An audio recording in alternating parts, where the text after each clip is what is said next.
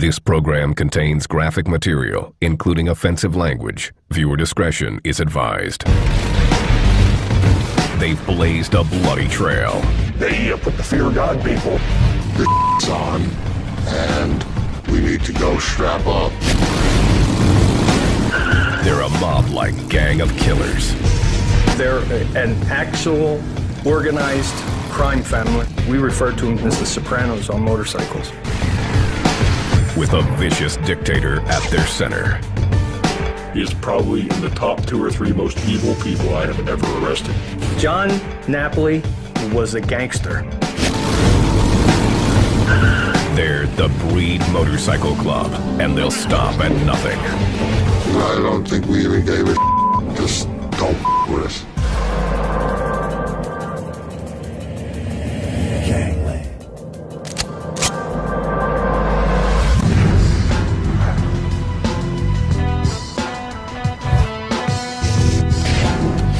Philadelphia, Pennsylvania. The Cradle of Liberty is the nation's 6th largest city. Its nickname, the City of Brotherly Love, suggests kindness and a generous spirit. But this otherwise peaceful city has a major problem. Outlaw biker gangs. The Warlocks, the Pagans, and even the notorious Hell's Angels all wreak havoc here.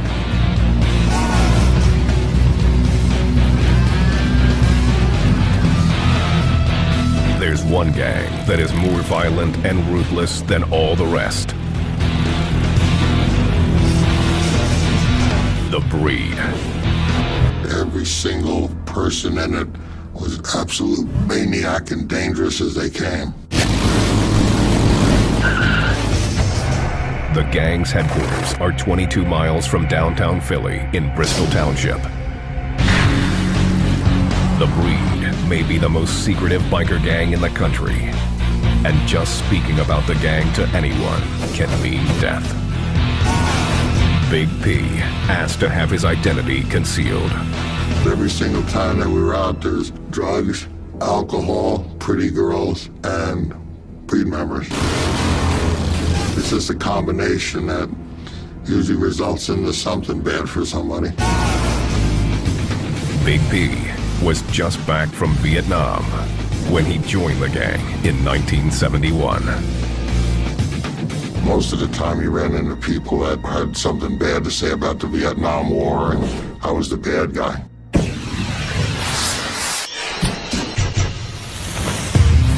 The Breed formed in 1965 and quickly gained a reputation as the most violent gang in the Philly area. Everybody knows the Breed, knows of the Breed, and the reputation of the Breed as being violent, don't mess with them. The gang's standard operating procedure: eliminate everyone. Jeff Antonucci spent 10 years battling the Breed. They would hang out in the bars and approach the owners of the bars. They wanted to get paid, and if the bar owners or the businesses balked at that, they would bring their club members and take over the entire establishment. Not all confrontations were about extortion. Some were just for fun. Some idiot comes in the bar, he goes, "Which one of you bikers are Wiley?" The whole bar, they just said, "We all are," and they proceeded to beat this guy's head in. Never found out who was the guy's old lady. The Breed is smaller than mammoth clubs like the Hell's Angels, but their 200 members are spread across the Northeast and Midwest. And they don't let their size hold them back. If you look at a club like the Hells Angels or the Outlaws or the Pagans, they come with mass numbers. There's thousands of them. The Breed doesn't have that amount of numbers, so they need to gain respect in other ways. Beatings, assaults, firebombings. They call the Philly area home and are willing to defend their turf at any cost. It didn't matter if you were a larger club or a nationally recognized club. If you came through that area and they didn't know about it, they would confront you. Many take any challenge personally. I think what makes the breed different is that they're a homegrown club. They live and die where a lot of them were raised and born. This also plays into their secret culture.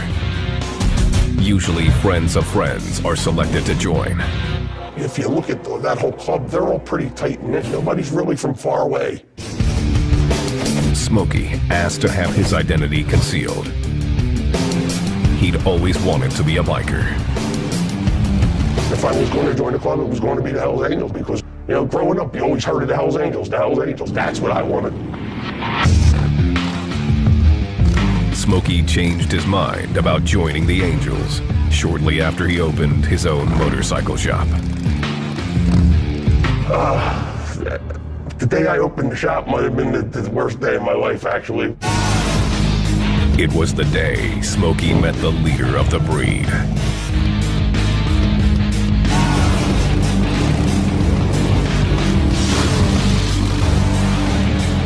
John Jr. Napoli was vice president of the Pennsylvania chapter of the breed for 4 years.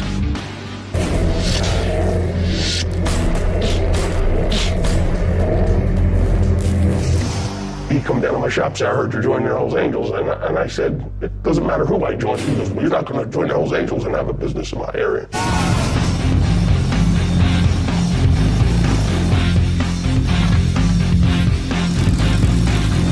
Napoli had built himself a ruthless reputation. Napoli's reputation in Bristol was don't mess with Napoli. By 1995, Napoli had already been in and out of prison. Stabbing, aggravated assault with a deadly weapon. He did 4 years in state prison for that crime. Just a young thunderhead. Always looking for some kind of excitement to do. Napoli grew up around the gang. His dad, Harry, was an original member. But John was a different type of biker. He doesn't have the typical biker persona. He's not tattooed. He doesn't have a long beard. He doesn't have a ponytail. And he very rarely rode a motorcycle. But Napoli's ambition made him a force to be reckoned with. I think John Napoli wanted to be more of a mobster than a biker. The breed gave him the mechanism and the tool and the backing to do what he wanted to do. Napoli wanted absolute power. As soon as he became a member of the breed, he started angling to be a chapter president. John Napoli increased the levels of violence greatly, and that many of his actions were done to put that message out that the breed should be feared. He started taking substantial steps toward that. He was involved in a couple vicious assaults on civilians. Kirk Schwartz asked to have his identity concealed. He ran it like a mobster by insulating himself and isolating himself. If you look back at the mafia cases of the past century, they were typically the same. There was a method to Napoli's madness. He wanted the breed to take control of crystal meth trafficking in North Philly. They were already selling in Bristol, but Junior saw the opportunity to make millions. To do it, he would take out anyone who stood in his way.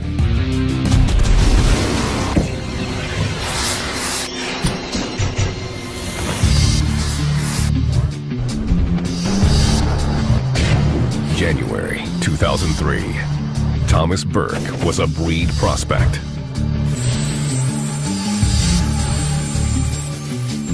As a recruit, he had to follow the orders of full members or risk their wrath. John Napoli asked Burke to deliver a half-pound of crystal meth to a customer in New Jersey. Burke refused, breaking the cardinal rule for a prospect. John Napoli wanted him to do some specific things, and Thomas Burke balked at it. Napoli was furious. He would teach Burke a lesson.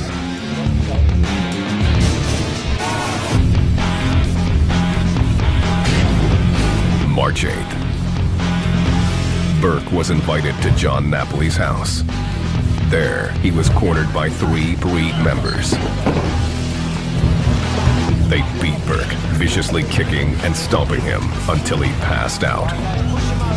He woke back up. He tried to regain his composure, and at that time, Napoli attacked him again with a cordless drill and began putting drywall screws in his arm. Burke passed out again. Then, Napoli took it one step further. He doused Burke with lighter fluid. Then, he took out a lighter. He was going to set him on fire inside his own house until he was stopped by one of the other members who said, "John, you're going to burn your own house down." And that's the only thing that prevented that. Burke barely survived the attack, but he refused to file charges, fearing for his life. Napoli had thrown down the gauntlet. It was either his way or a vicious beating. I think they were so loyal because they feared him. They saw what John Napoli was capable of. They did not want to be on the receiving end of what John Napoli was capable of giving them.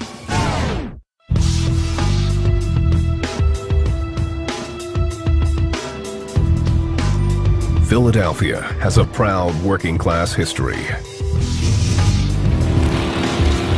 But the city is home to some of the East Coast's most violent nonconformists. The Breed Outlaw Motorcycle Gang. These brutal bikers take pride in scaring everyone. They put the fear of God in people, and that's what they did. They terrorized. They terrorized. Intimidation has been integral to the gang from the beginning.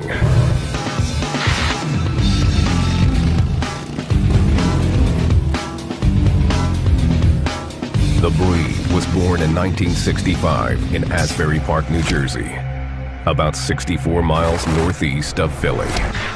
If you talk to the Breed members, they're just a bunch of motorcycle enthusiasts who don't necessarily conform to society. If you look at it from an law enforcement standpoint, they were an organized group of vicious people, and anybody who stood in their way, they would confront them and use violence.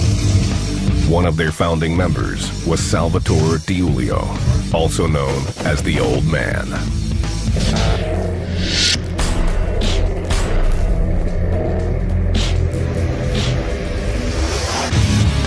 To this day, DiIulio inspires almost cult-like devotion.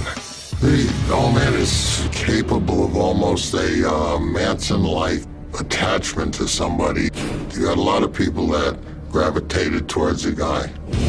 DiIulio had a volcanic temper that often got the better of him.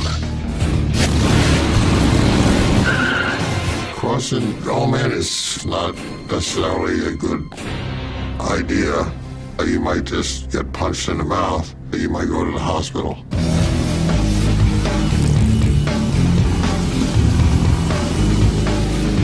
By 1971, the Breed had grown to 1,500 members, and DiIulio was officially made the national president.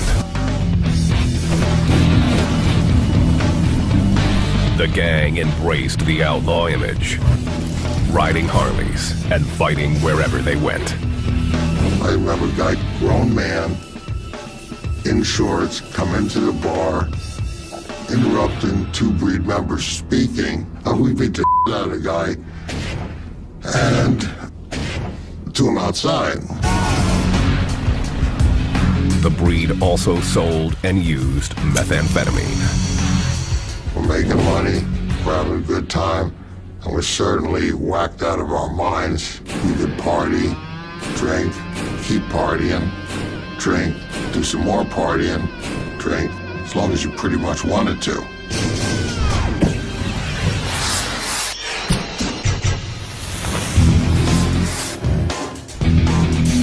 Many early recruits, like Big P, were Vietnam vets who had trouble readjusting to civilian life. The lifestyle is really boiled down to that. We're just not going to take any. They had expanded beyond Jersey and established 13 chapters. from West Virginia to Ohio. In Ohio, they started to butt heads with the country's largest and most powerful motorcycle gang, the Hells Angels. The breed chapters in Ohio were leaning on the Hells Angels, and were actually doing quite a good job of it. What began as bar brawls soon escalated and turned into an all-out war after an incident in Cleveland, Ohio.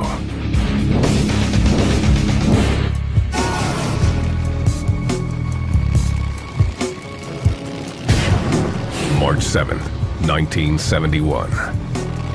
About 150 breed members and 24 Hells Angels showed up to the 4th annual Motorcycle Custom and Trade Show. The Angels prepared for the inevitable battle. They knew that the breed was going to be there in force. They came in the night before, and behind the stage put all sorts of weapons, guns, clubs, knives. When the breed showed up the next day, security wouldn't let them in with weapons.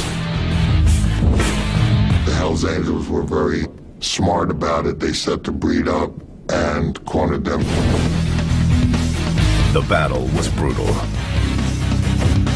It lasted just 2 minutes, but 4 breed members and 1 Hells Angel lay dead. 2 other members of the breed were castrated by the Angels during the melee. The battle was the bloodiest in biker history, and the war wasn't over. We're now formally at war with the Hells Angels. The shit's on, and we need to go strap up.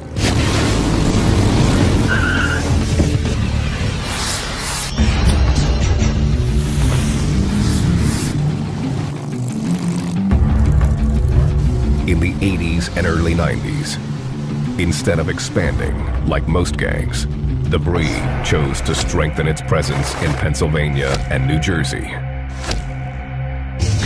They did so through an unprecedented campaign of violence.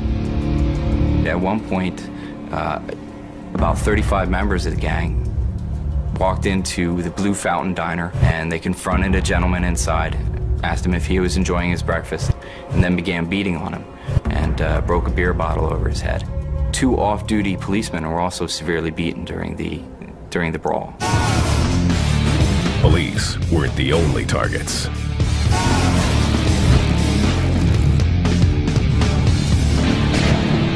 January 1998. Stars and Bars, Long Branch, New Jersey. This strip club had become the breed's hangout. Well, the breed could come into that bar on Friday night. They would have the dancing girls there or whatever. Mike Campanella worked undercover for 2 years tailing the breed.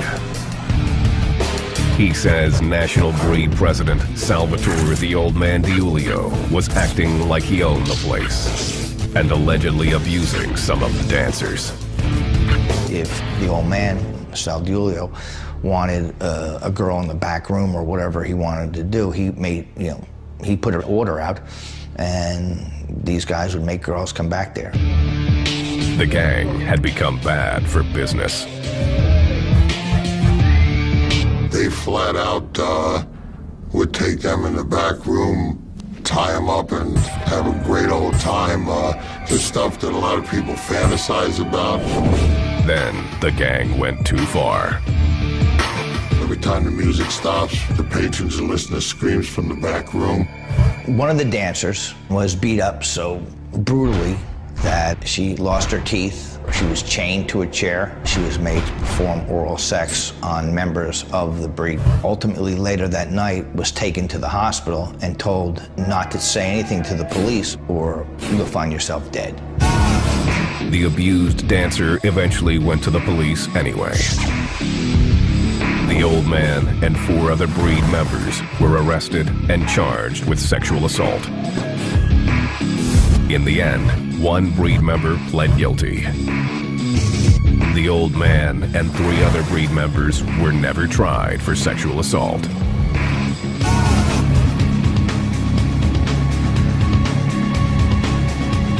John Jr. Napoli would take the message to heart. He would do whatever he needed to. If that meant putting a drywall screw in your arm or burning you, he would do it.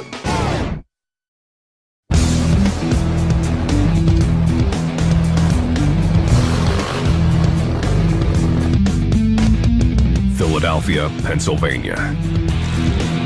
The outlaw biker gang, The Breed, rules this blue-collar area with intimidation and brute force. They had a mission. They wanted people to fear them. To gain that fear, Breed members operate as a unified force. Absolute loyalty is demanded from its members. No exceptions. They stand beside each other through thick and thin. It doesn't matter if you're in a fist fight or a knife fight or a gun fight, they expect you to stand next to each other. The gang's guiding principles, which they call their bylaws, were in part created by Breed founder Salvatore "the Old Man" Diulio. It all boils down to the fact that you have to love the lifestyle, you have to love the motorcycles, and more importantly, you have to love your brothers. Even more importantly, you have to be willing to TCB. By committing crimes and following gang mandates to move more meth. They're not afraid to commit whatever crime they need to commit to do what they want to do. Whatever their particular goal is for that day, whether it is they're going to go out and get drunk and beat somebody up because it serves their purpose, that's what they're going to do. The gang's hierarchy includes chapter presidents and vice presidents, a sergeant-at-arms in charge of protecting gang members, and the treasurer. Overseeing it all is the National Breed president, who is still the old man, Salvatore Diulio. Everything is insulated in their criminal activity in that a soldier may receive orders that's coming from the president, but he doesn't talk directly to the president. The president talks to his trusted people who relay the information further down to the club members who receive instructions on what it is they're supposed to do, and they do it without question. You pledge allegiance to the club when you join the Breed by taking an oath. Only then do you earn its colors. There's the top rocker, which displays the name of the club, the center patch, which is the 13-star American flag, and the bottom rocker, which is the territory of which that particular member is associated with. That's to be your most prized possession. They care more about their colors than anything. The center patch is a U.S. flag with 13 stars to symbolize their 13 chapters when they were at their largest. Sometimes a black bar is placed across the flag to honor fallen brothers. To get his colors, a biker has to go through a rigorous rite of passage designed to weed out the weak. During this time, he's referred to as a prospect. Once you're a prospect, you had to do anything a Breed member asked you to do, whether it be something illegal, a crime. They were asked to transport drugs, store drugs, sometimes put their name to make things appear to be more legitimate, such as renting storage locations, on vehicles, on weapon registrations. There is no set time limit for how long prospecting lasts. Well, for some reason it wasn't that difficult for me. I had my flag gun in 5 weeks. I've seen some prospects be prospects for almost 1.5 years, 2 years, because they just didn't get it. Once a prospect is voted in, he gets his colors and is considered a full member or flag holder. And once you're in the gang, there is no easy way out. The gang's creed: breed forever and forever breed. If you want to leave the Breed motorcycle gang, you have to have a real good reason and put a request in. If the request is valid, you can get out of the Breed. But on normal circumstances, you're catching a beating. Instead of the traditional 1% diamond patch, the breed models theirs after a woman. The breed class patch is the breed's 1%er patch.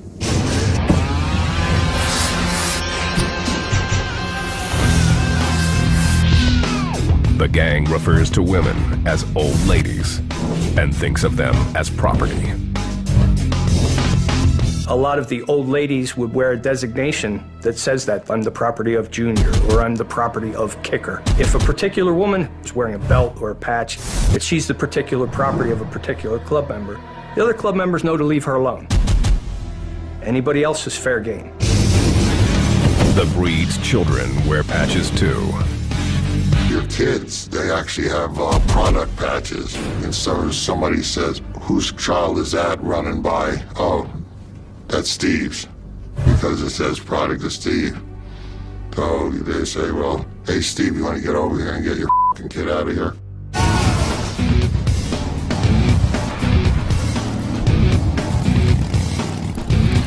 The gang has other rules as well,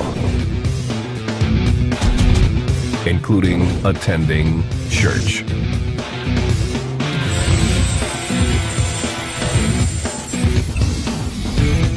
Church takes place at the gang's clubhouse. We had a steel door on the outside, and in the back, they had a great big party pit. When you went inside, there was a big bar and refrigerators and a big cooking stove on the inside, and the rest of it on the second floor was sleeping quarters where some of the club members actually lived. The clubhouse is the site of meetings, but more importantly, it's the site of breed parties fueled by meth. Methamphetamine was pretty much the drug of choice. It got you up and partying. You could get drunk, do a line of crank, start drinking all over again. Could go on for 3, 4, 5 days. Not only do breed members use meth, they also sell it to finance their operation. I've been in Allentown for 10 years, and several years ago, 8 or 9 years ago, we did a methamphetamine investigation which led right to their door. They were selling methamphetamine on a regular basis. It's their main means of income. In early 2002, the U.S. Department of Justice reported that the breed was one of the most active methamphetamine distributors in New Jersey.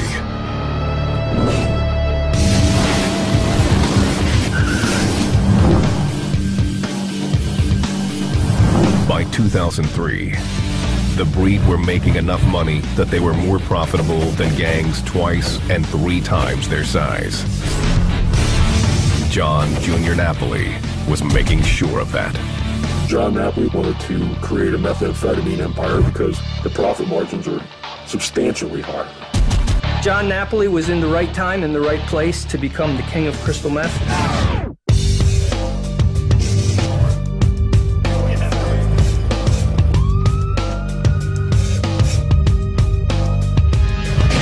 March 2003. In the Philly area, John Jr. Napoli was gunning to be president of the breed's Pennsylvania chapter.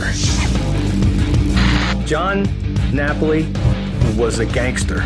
There was never a single issue of remorse or anything heartfelt or anything repentant about him. He had built a reputation on violence. Napoli nearly killed Thomas Burke, a breed prospect, for refusing to do a crystal meth delivery. Now he wanted to take out the Pennsylvania chapter's sitting president, James Graber. Napoli didn't like the way Graber ran the club. Graber wasn't about the violence and the mass methamphetamine trafficking that Napoli was undertaking. They had different philosophies about the breed and what it stood for. In November of the same year, Graber decided to do the wise thing. He realized that if he didn't step aside, that he was going to be forced to step aside, because Napoli made it very clear he wanted to be president of that chapter. Napoli was appointed president of the breed's Pennsylvania chapter. But it wasn't enough that Graber was no longer president. John Napoli wanted him erased.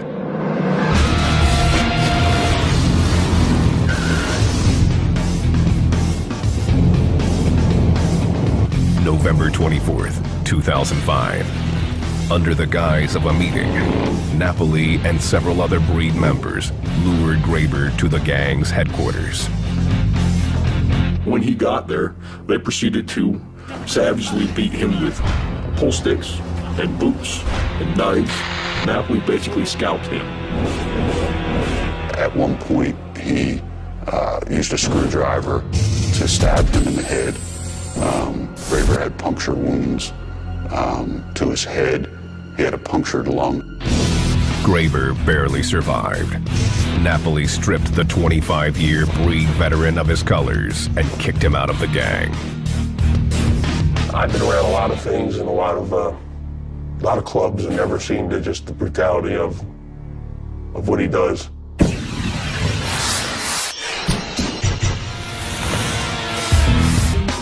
The Pennsylvania Attorney General's office took notice of the bloody coup. Napoli was to become more and more violent with his own members, and they were taking more chances. These guys were out of control, and they needed to be dealt with. In the same year, Agent Jeff Antonucci was assigned to supervise an operation designed to take the breed down. Since the breed's victims were usually too afraid to testify against them, authorities decided to nail the gang for their methamphetamine activities. But they knew it wouldn't happen overnight. Our operation was officially titled Breed on a Wire. Napoli revealed his lust for violence through wiretapped conversations. You don't get to my tattoo shop and cover it up. I don't give a who we got in that club. I'm gonna cut his arm off, all right? Napoli was usually very careful about how he ran his operation, but the state attorney general was onto him. It was all about insulating themselves. John Napoli got to a point where he believed that if he didn't touch the methamphetamine, if he didn't handle it, he was isolated, and prosecution of him was going to be that much more difficult. After a few months, authorities started making progress. They identified Napoli's most trusted foot soldier. His club name was Tattoo Billy, and he was actually working his way quickly up the ladder of the club. He looked like, at the time during our investigation, he was next in line to be vice president of the club. And he took his instructions from John Napoli. Tattoo Billy, by all accounts, he was John Napoli's right-hand man.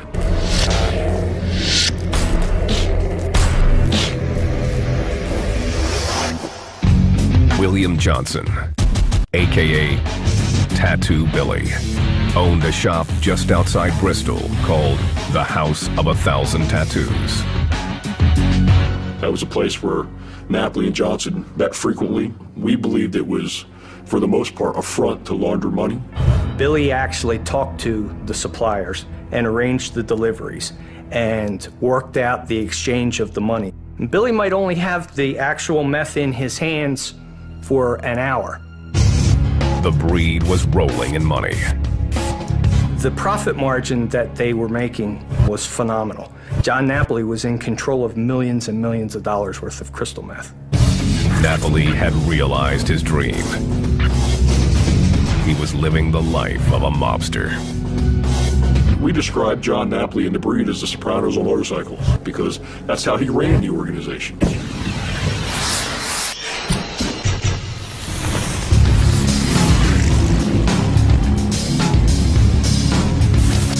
The case was coming together, but authorities knew they needed an informant willing to testify. They saw the chance to make it happen in 2005. That's when life changed.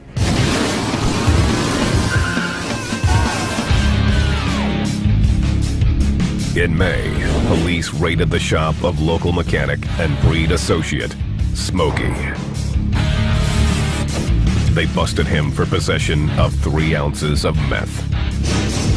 They told me what I was facing and then asked me if I'd be willing to cooperate. Before he could decide, Napoli himself paid Smokey a visit. He knew the feds had been there before him. Junior pulls me out back and goes, if you work with the police, if I find out you're cooperating, I'm gonna blow your head off. As soon as he drove away, I called up, I said, let's get rocking. Let's go. With Smokey on board, the agents began using him to make meth buys from Breed members. But Smokey knew with Napoli, one slip-up meant he was as good as dead. I had to be afraid every day being around him because he should look for that one flaw in what you say and use it against you. Wind up killing you.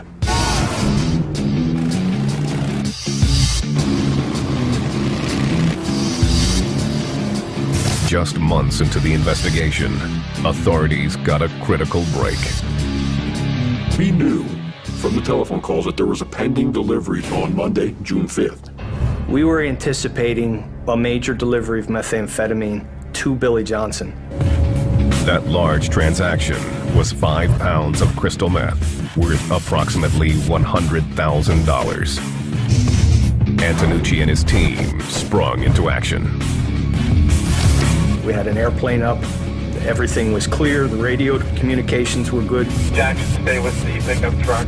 We had a lot of people on the street, and we literally SUV just pulled up. Johnson down with the passenger side of the vehicle. tagged Billy Johnson and followed him the entire day. Where they're taking what they got. June 5th, 2006, 5:05 p.m. Tattoo Billy Johnson and his connection met at Morrell Avenue, and with authorities watching, exchanged packages. Target vehicle. Just after 5:50 p.m., Tattoo Billy returned home. We got pickup trucks at the intersection of Morrell.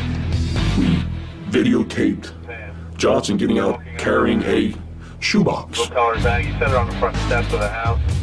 The box contained 5 pounds of crystal meth, which police would later seize. Later that day, authorities would arrest Tattoo Billy's supplier and confiscate the $100,000 he'd used to buy the drugs. Ironically, the money was stashed in a DVD box of The Sopranos television series. Johnson made the exchange of money in a box that he had tucked under his arm that it was a Sopranos movie box. This was enough evidence to secure search warrants for the Breed's properties.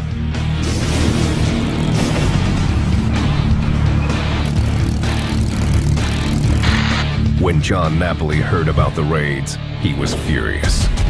He knew that there had to be a snitch and immediately suspected an inside job. Napoli summoned Smokey to his home. Fearing he was a suspect, Smokey called the authorities. He said, look, he wants me to come down there. And they're like, no, don't go down there. I said, dude, if I show up, they're not going to think I had enough balls to show up there and do it. Smokey went to Napoli's house. When he arrived, Tattoo Billy and 4 other members were sitting around a table talking. Junior was trying to figure out who was the one that ran it. He just kicked out a few people's names. Smokey's life hung in the balance. And I had to sit across the table knowing that these guys, I know they'd kill me in a minute.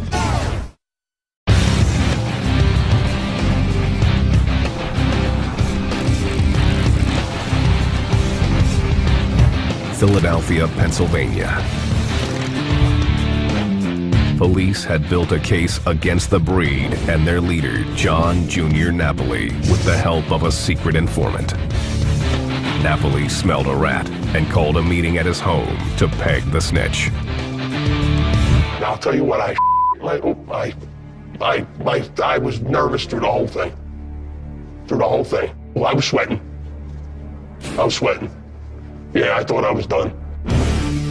John Napoli never turned on Smokey, and he walked out of Napoli's house. The Pennsylvania Attorney General's office decided it was time to move in. We acquired search warrants for 13 different locations, including residences of the Breed and the Breed Clubhouse. Later that day, a task force of 100 officers raided numerous Breed properties, including the home of John Jr. Napoli. We seized 22 pounds of crystal methamphetamine, and the wholesale street value of that was about $2.2 million. We seized somewhere around 100 firearms, including fully automatic machine guns, sawed-off shotguns. We seized somewhere around $500,000 in cash. John Napoli and 14 other breed members, including Tattoo Billy, were arrested and charged with drug distribution. Their crystal meth ring, which had become a $6 million a year business, was shut down overnight. It was the biggest operation of its kind ever run by an outlaw motorcycle gang. When Napoli took over the club, he turned the club into an organized crime family. I believe that's how he ran it. I believe that's what he wanted to do, and that's ultimately what he did. In 2007, Napoli was convicted of conspiracy to distribute crystal meth, violent acts in the aid of racketeering, extortion, and 3 counts of possession of firearms. He remained defiant to the end. The judge who was about to sentence him asked him if he had any words, and John stood up and looked the judge square in the eyes and said, "I got nothing to say to you." Of the 15 breed members sentenced, Napoli received the stiffest punishment, 36 years in prison. In the end, many of Napoli's breed brothers ended up testifying against him. John Napoli's ultimate downfall was his own ego. I don't think Napoli ever got the fact or the true meaning of what bikers were all about. He didn't support the brotherhood and treat those guys like they were a family. He treated them like they were expendable. And I think they realized it, and they were going to look out for themselves.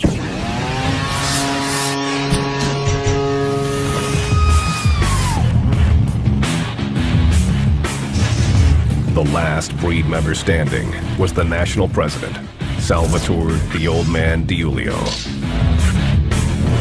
Many say he still has a hand in running the gang. The old man runs everything. The old man runs everything. Everything goes by the old man. You know, whatever it is, it goes by him. That's what I know. He's held the position for nearly 40 years. But many others have walked away. Big P says the gang's best days are in the past. Half of the breed's ex-members are in other motorcycle clubs now, and all you have left are the hardcore drug addicts and people that are still entranced by DiIulio. Big P thinks there's only one way for the gang to change its fortunes. Probably have to get rid of the old man. I mean, if they were going to do that, but the future's already, you know, unfolding for the breed.